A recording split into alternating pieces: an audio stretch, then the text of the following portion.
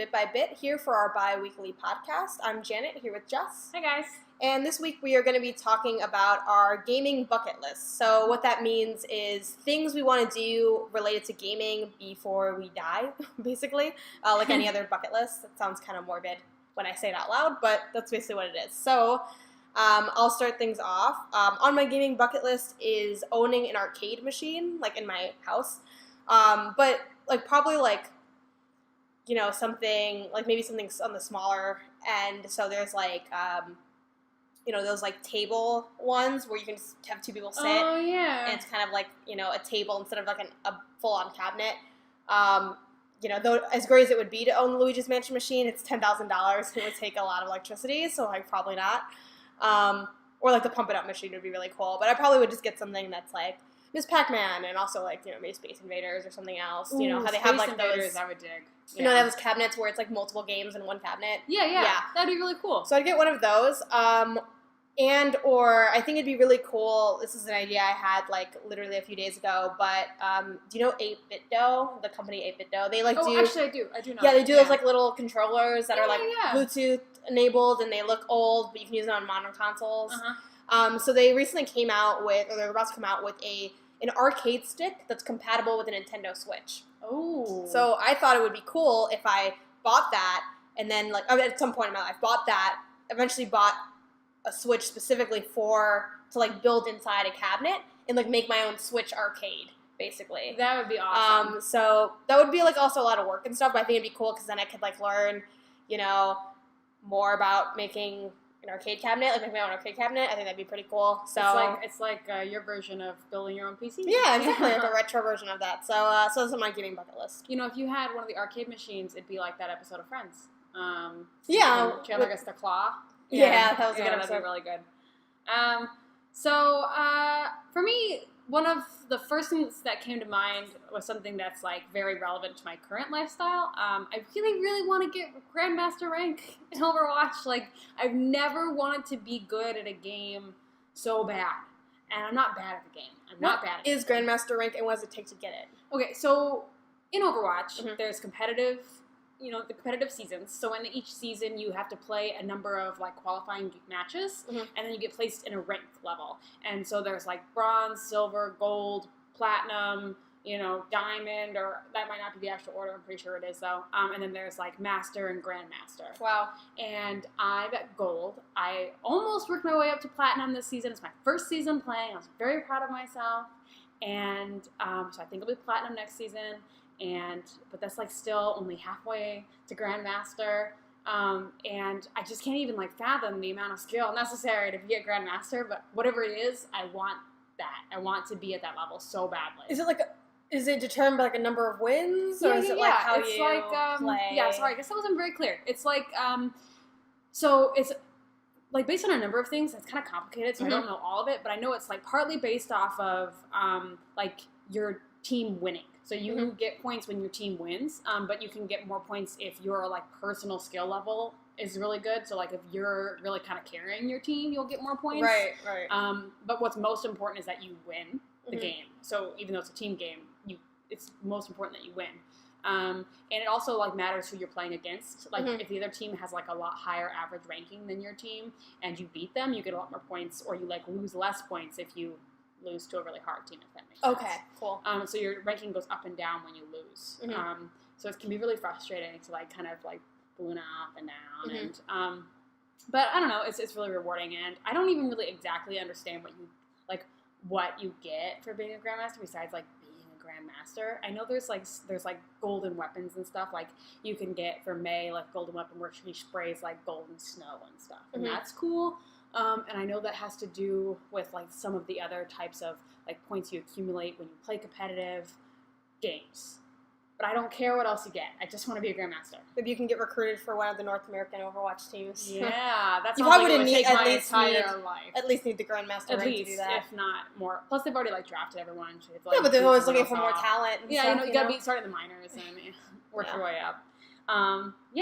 So good luck. Thank you. So my next one, this is also specifically game related, and I'm not sure if I like how committed I am to this, but I think it would be cool. So I'm gonna go ahead and put it on my gaming bucket list right now. getting 100% in Breath of the Wild, I think, would be cool. What does that mean?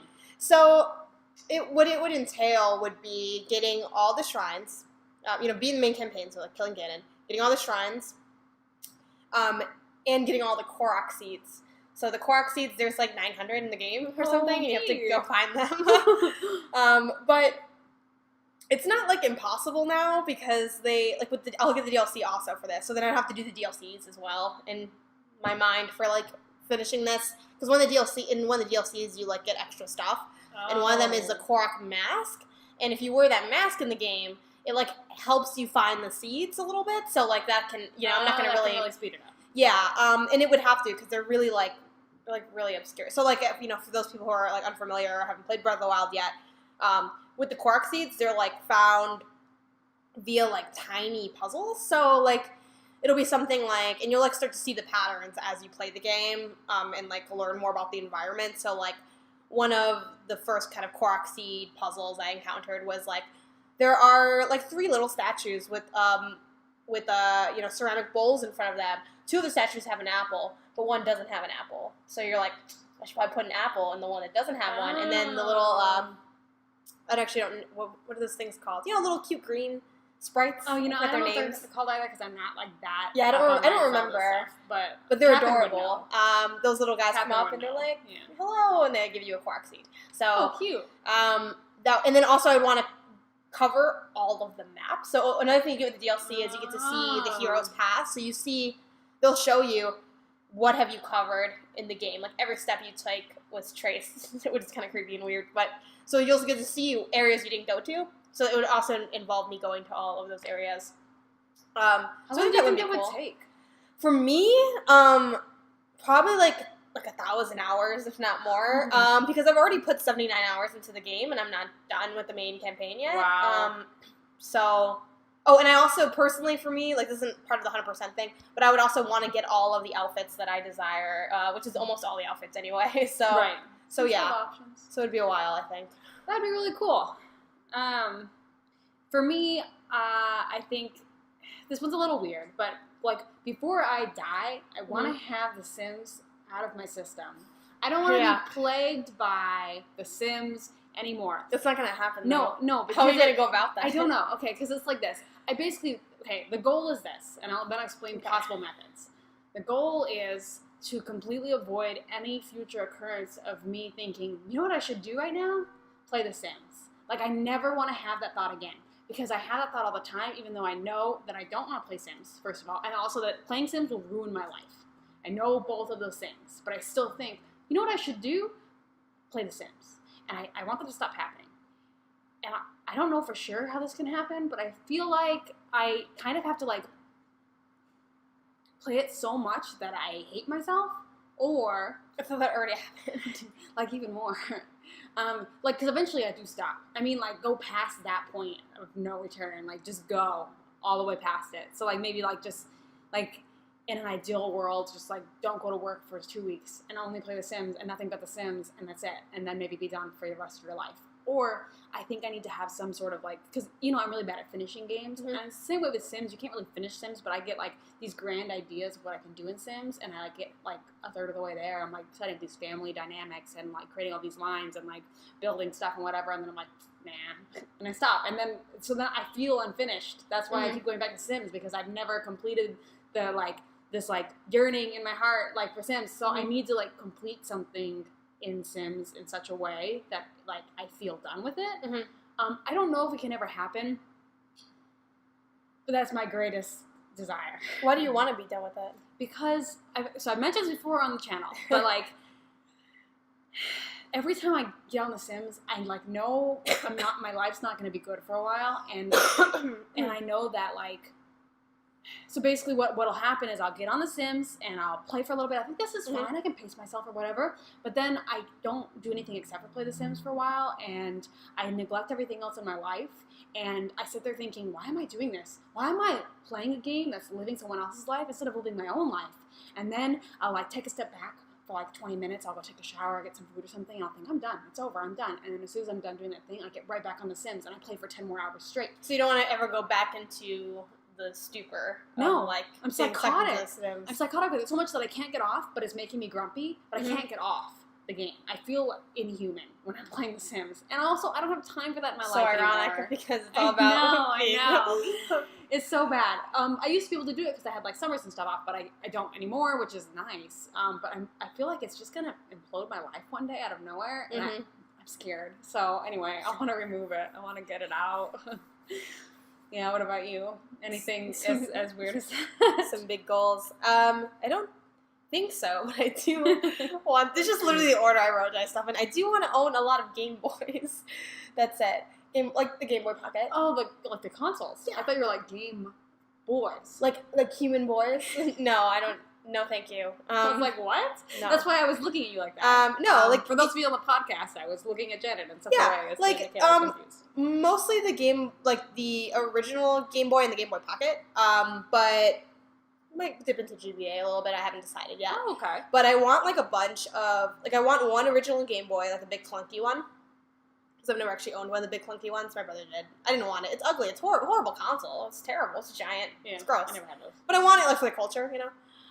And then I want a bunch of Game Boy Pockets, all of different colors. Just like a bunch of different colors. Would you put them on like display? Or would you like switch them out and play on different ones at different times? Or just play on one and then have the rest as like art? I probably mainly play on one, but sometimes play on different ones. I can't imagine myself like playing a whole lot of like how much Game Boy Pocket will I really be playing in my life? You know, probably not. It's more of like a decorative installment. Yeah, I would think I'd mainly have them decorative. I'd probably get one modded in backlit. Though I'm gonna do that with a GBA more so because it makes more sense, like and it's more comfortable than the Game Boy Pocket is to hold. And then I'd also get the GBA games, which I love the GBA. So I maybe would get one of those modded, just cause. But yeah, they're mainly just decorative. I love the Game Boy Pocket. I think it's such a cute console, and they're fairly cheap. Like you can get a Game Boy Pocket for like as low as $20 or $30, and for as high as $50 or $60. So it's really not that expensive. It's not that bad. Yeah. So I don't want to own. It would be nice to own all of them, but I know myself, and I know I'm not going to want to make that investment, and it would be so hard because I'd have to decide, am I just doing American releases? Am I counting, super special limited run thing? It might be really hard to find. Yeah, and expensive, and then are we also counting, stuff overseas, because it's a whole other thing? So I don't, there's been so many of them, I think it would just be too crazy to take on, but I would want a bunch of them, and then I can put them on display, and just have a bunch of Game Boys. I think it would just look nice to have, nice. Even just, a dozen Game Boys. It doesn't have to get, crazy, but just a nice collection of that would be good. That'd be cool.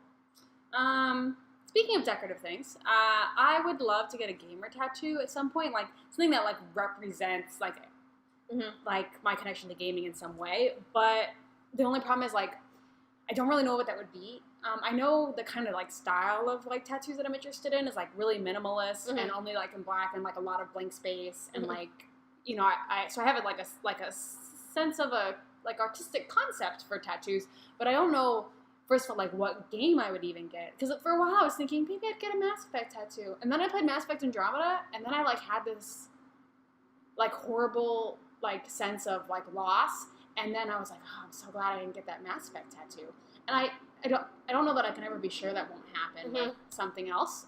So I feel I'd almost rather have a general, something more general, but I also don't want to do something lame. I got just a controller on my arm. It's okay, whatever, if it's something really basic, I want it to be stylized in a certain way, or I don't know. I really have to think about it, but I definitely want a tattoo that is a gamer tattoo, and I don't know. It's hard to figure out. But I'm gonna do it. There's also no offense to every person I've ever met who games. I feel it's hard to come across good ones. No, but they usually look kind of bad. Yeah, or they just. I'm oh. Or they're pretty basic. Yeah, it's they just kind of lack inspiration in some ways. Yeah. And yeah, I think it is hard to find a franchise that you're going to commit to. I love this franchise so much, it's tatted on my arm. It's that's intense, Yeah, I don't know. Really intense. Yeah, it's a little difficult, but it's a good one. Okay. For me, my next one would be just to go to a convention. It's pretty easy to do before I die, but I've actually never been to a gaming convention ever, or really any convention, technically. I mean, I've been to running expos, but that's not, they weren't conventions, they were expos based on, for those of you guys who don't know, like if you register for a race that's big enough, you pick your packet up at an expo. Like for us, it was just at like a flea feet, but when they're bigger, they'd be like an expo at McCormick Place, and it's just like you get your packet, and then there's like a bunch of different like organizations around. So that's not really a convention, but it's like close. You know, it's like getting there almost. I've been to like the area, you know, the auto show, but it's also not a convention. You know, it's just kind of like a thing. Mm-hmm. So yeah, I'd love to go to a convention. Conventions I want to go to offhand. I forgot the name of it, but that girl one. Gamer Girl Expo. Gamer Girl Expo. Is it Gamer Girl Expo? I thought it was Geek Girl Con. Geek Girl Con, I think, or something. So. I don't know. We can link it in there. Maybe I'll do a quick Google of it at some point. But yeah, it's in Seattle, though. It's the only reason we don't remember what it's called is because we considered going literally a year ago and haven't really talked about it. Yeah, I don't remember.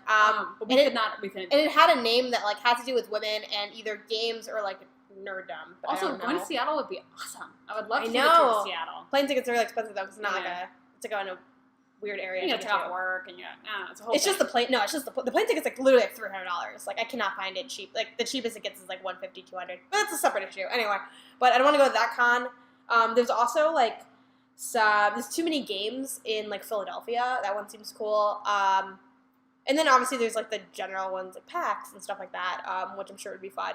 So definitely want to go to some of those at some point. Because seems like cool. Seems fair. Okay, so this one's like kind of a bigger one, but it's one I'm really interested in. I really want to make a game, and mostly because I don't know how much I've talked about this on the channel before, but I've talked with Janet about it a lot. But I want to like write for games, like the content for games, like the narrative content for games. But in a lot of ways, like it's hard to like do that if you don't have a strong concept of like coding or like the way games are made, like on the technical side. And I don't know, I guess I've been really inspired by like Stardew Valley was made like by one person and I love it.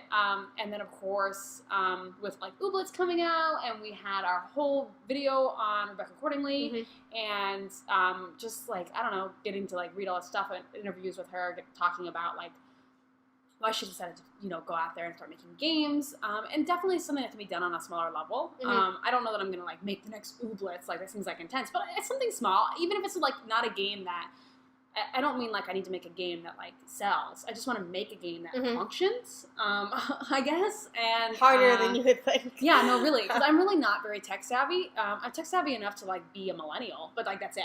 And like there's like that's a base level. It's like this is now you're allowed in the club. You can make some memes, but yeah, exactly, and barely that. So it's something I want to do, just partly as an interest in getting more involved in that sort of industry, and I just kind of want to see where it goes. I write, and I have a creative writing degree, something I probably also haven't mentioned before on our channel. And I'm really interested in like gaming as like a narrative form or like an art form, and I just kind of want to explore that option a little bit. So that's on my bucket list. Cool. Do you have any ideas for like what your game? It would be narrative, like just a narrative based, yeah, like a visual novel. I've thought about doing a visual novel, but I do want something that has like a definitely something with like more of an indie feel, which would make sense since I'm in like a single human being. But I don't know. It's something I need to explore a little bit of. Something that's highly choice-based. Those are my favorite kind of games. So it could be a visual novel, but I wouldn't mind a couple of actual, like mechanics as opposed to sort of, like, just telling a story. Because I could do that in a number of different forms. I want something that, like, is a story that feels like it can only be told in a video game. In a video game. Cool. Yeah. For myself, I also have... let's see. I guess I'll have go to E3, but like not the the expo's fine, and you can go, especially now because they just opened it to the public. So yay! Woo. I guess. But more so than that, I'd want to go like to the like the conference itself, which is like really hard to do. They don't let a lot of people do that. Like even if you are in games media. But, like, I want to do that because it's something I've always, like, wanted to do, like, my whole life. Like, when I was a kid, I thought it was so cool, like, watching E3 at home. And I'm like, wow, it'd be great to be, like, in the audience when they're, like, making those announcements and stuff. Though now I know also if you're, like, really in games media, like, you already know, like, everything from E3. Because they have, like, that, I forgot the word for it, but that thing where they show, everyone before E3. It's like a briefing. I forgot the name of that, but yeah, that's like a thing that happens. So I guess that takes a little bit of the magic away from it, but I always thought it would be cool to be like at the conference itself. But also like the networking potential and getting to like, I know that's like a lot of stuff that's like the expo too, but like having that sort of clearance opens a lot of doors for like to talk to people you wouldn't normally be able to talk to. Yeah, for sure. That could be really cool. Yeah, the practical reason side, I just want to go. Like if you could tell me like I can go like right now, even though I have no like anything, I'm like, let's go. I'm gonna go right now. Yeah, I always thought that would be cool. Oh, okay. This is like somewhat related to my last one, but I do kind of want to study games in some like academic setting or like an academic forum. I have mentioned this on the channel before. My senior year of college, I did like a block, which for us is like a 3-week period that we have a class for. I did a block on like narrative design in video games. Shocking. And I enjoyed that a little bit, but there wasn't really any structure for that at our school because we didn't have any like game studies at our school, and so it was mostly like it was an English class where I was kind of like relating English to video games. But I wouldn't mind studying video games either like just like the technical side of video games, like I mentioned, like in an academic setting, or taking a class at a college, or like even like a community college, or even an online class. I guess I don't really know what kind of stuff is available for that. Or I don't know. I might like eventually want to get like a master's in game writing. There are programs like that cropping up nowadays, more and more commonly because narrative design is becoming more important in the video gaming industry. And I don't know. Something that either on a small level or a large level, I want to like get my nerd on with video games. I love academia. I just do. So yeah, it's pretty good. Nice.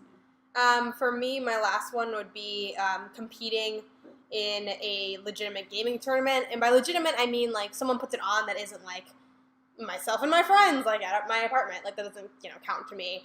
I almost did that with Splatoon 2 when I went to that, like, which I've mentioned on the channel before, but like when I went to Splatoon 2 meetup, but it was like a meetup / tournament, but more of a meetup than a tournament. It wasn't like casual. Yeah, it was very casual, which was good as for a first thing because I was like, I don't know. So when you say competition, are you talking like when they've got like all the crazy computers out and everyone's like in their gamer gear and there's like the lights and stuff? And isn't it like Evo? Right, that's what I mean. Like, what's the level? What does that mean? I don't know much about competitive gaming, despite my desire to be a grandmaster in Overwatch. I know. Sorry guys, I'm getting off of a cold. That's why I've coughed a couple times on the podcast. But yeah, it isn't. I mean, there's different levels of it. Like obviously there's like the big stuff like Evo or like whatever. It can be put on by just like any org or group or whatever. So like for instance, like back when it existed, back when there was what was it called, Geek Bar, right? Oh yeah. Yeah, like Geek Bar. It's dead now. Yeah, now it's it's a Saved by the Bell pop up that never popped down. Yeah, so like they had like a Mario Kart tournament, and like that was just like official in the sense that like it's like a thing you go to and you like kind of sign up and then you compete. I wish I could have gone, Catherine, and I would have crushed. You would have, because it was Mario Kart Wii. So you would have been you would have been really good. We're stupid good. Sorry, we are. Me, Catherine. Yeah, so something like that, just where it's like, oh, there's a winner, and like usually with stuff like that, there is a prize involved, either like a ticket to something or money. Sometimes with tournaments, you also have to put in money, but usually it's like, like $5-10.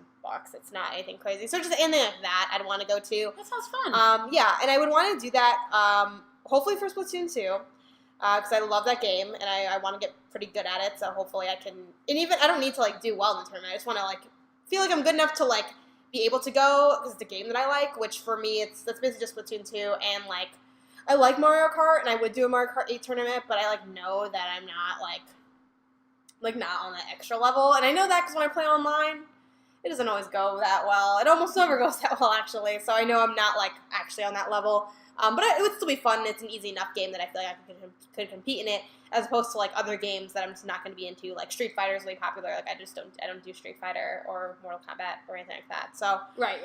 But yeah, I'd want to do that at some point. Sounds cool. My last one is probably a pretty basic, like, bucket list goal for a lot of gamers, especially broke gamers. But I want to have, like, my gaming computer set up. I've been dreaming about this for years. Ever since I interned at the the Gazette in Cedar Rapids when I was a junior in college. I was like, okay, I need this 2-screen setup because it was like insane. I'm like, I don't even know how to make this technology work. I can take this window and drag it over here, and it's like a whole other screen, and I still don't understand how it happens because it's like jumping through like real space. I know that's not how it works, but that's what it feels like, and I love it, and I love all the space you have. I'm like, I feel like there's enough room for everything in my brain for once. Plus, with gaming, it'd be really cool to have a 2-screen setup because you could have like tips and tricks or guides or whatever, and you have this on the screen here, or you can have like a chat group open and like playing over here. And I also want a computer that like can function appropriately while I game. And to be honest, I don't like playing like what I consider console games like on the computer. Like I don't want to play Overwatch on the computer. I know there's a strong community that plays Overwatch on the computer, but for me, if it has a strong enough following on a console and it functions perfectly fine on a console, I don't really want to play it on the PC. I mostly want a gaming PC for indie games, which you obviously don't need usually that good of a computer for indie games because they're not as like demanding. Yeah, that's a good word for it.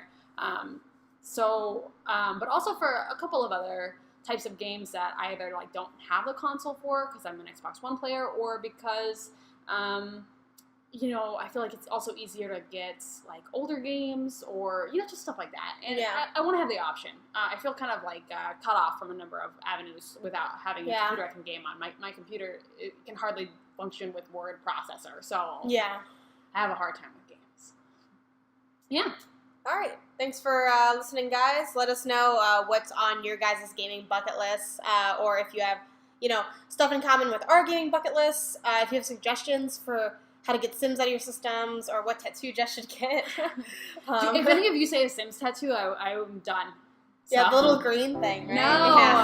Yeah. So definitely let us know. You can let us know in the comments on our YouTube channel, or just let us know on social media. Type in bItbybIt Gaming or bItbybIt Gamers, and we'll pop up our logos on there. And we will see you guys here in 2 weeks for our next podcast, and next week for another video. Thanks for watching. Bye.